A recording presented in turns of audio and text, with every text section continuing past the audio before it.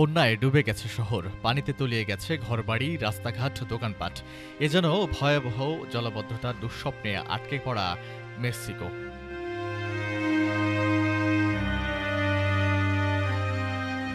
জাতীয় schedule protocol সংস্থা জানিয়েছে ৫টি রাজ্যে এ পর্যন্ত অন্তত ৬৪ জন নিহত হয়েছেন, নিখোঁজ আরও ৬৫ জন। সবচেয়ে ভয়াবহ পরিস্থিতি ভেরাক্রুজের পোজারিকা শহরে, যেখানে কাজন নদীর পানি বেড়ে পুরো শহরকে গ্রাস করেছে।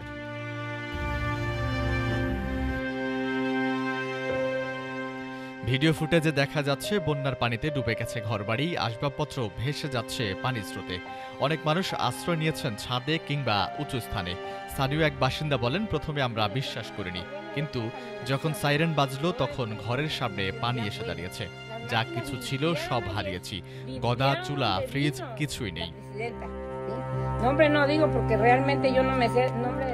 ঝুঁকিপূর্ণ এলাকা থেকে মানুষদের সরিয়ে নিতে কাজ করছে সেনা, নৌবাহিনী ও জরুরি উদ্ধারকর্মীরা।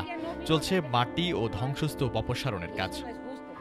রাষ্ট্রপতির সমালোচনা করে একজন ক্ষতিগ্রস্ত বাসিন্দা বলেন, রাষ্ট্রপতি দেখতে এলেন ঠিকই, কিন্তু বাস্তবে কেউ জানে না আমরা কেমন আছি।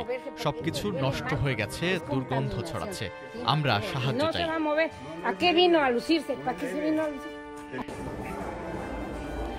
রোববার পোজারিকা শহরে সফর করতে গিয়ে মেক্সিকোর রাষ্ট্রপতি ক্লাউডিয়া শেইনবাউন, রাজ্য গভর্নর রেসিও নাহলে এবং সেনা কর্মকর্তাদের সঙ্গে তিনি পুনর্স্থাপন কাজ তদারকি করেন।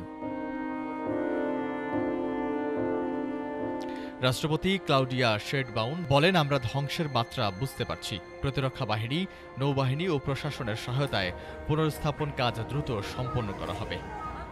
সিএনপিসি জানিয়েছে, নিহতদের অধিকাংশ হিদাগোলা, পুয়েবেলা, কেরাতোরা ও ভেরাক্রুজ রাজ্যের।